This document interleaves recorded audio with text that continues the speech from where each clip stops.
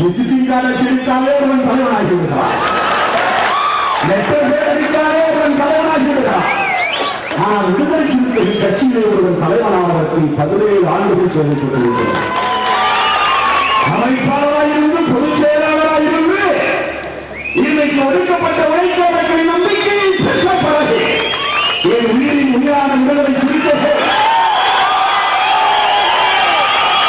தலைவன் என்கிற ஒரு பொருத்திலே ஒரு வீரத்திலே என்னை அழைத்து அமர வைத்து அழகு பார்த்தால் நீங்கள் உங்கள் மனப்பூர்வமாக என்னை அண்ணன் என்று அழைப்பதைத்தான் என்று அழைப்பதைத்தான் நான் பெருமையாக சொல்கிறேன். அந்த நாட்கால் உங்கள் இதய நாட்காலி என்றைக்கும் எனக்கு தேவை. அதனால்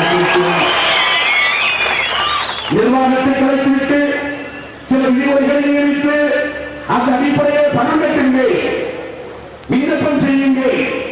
குறைந்தது ஆளுக்கு 5000 ரூபாயாவது பணம் கட்டினால்தான் பொறுப்புக்கு விண்ணப்பிக்க முடியும் என்கிற ஒரு நெருக்கடியை இன்றைக்கு நான் வந்தாலும் கூட மாவட்டத்திற்கு குறைந்தது 150 பேர் என் உயிரின் உயிரான விடுதலை சிறுத்தை எனக்கு இந்த பொறுப்பு வேண்டும்.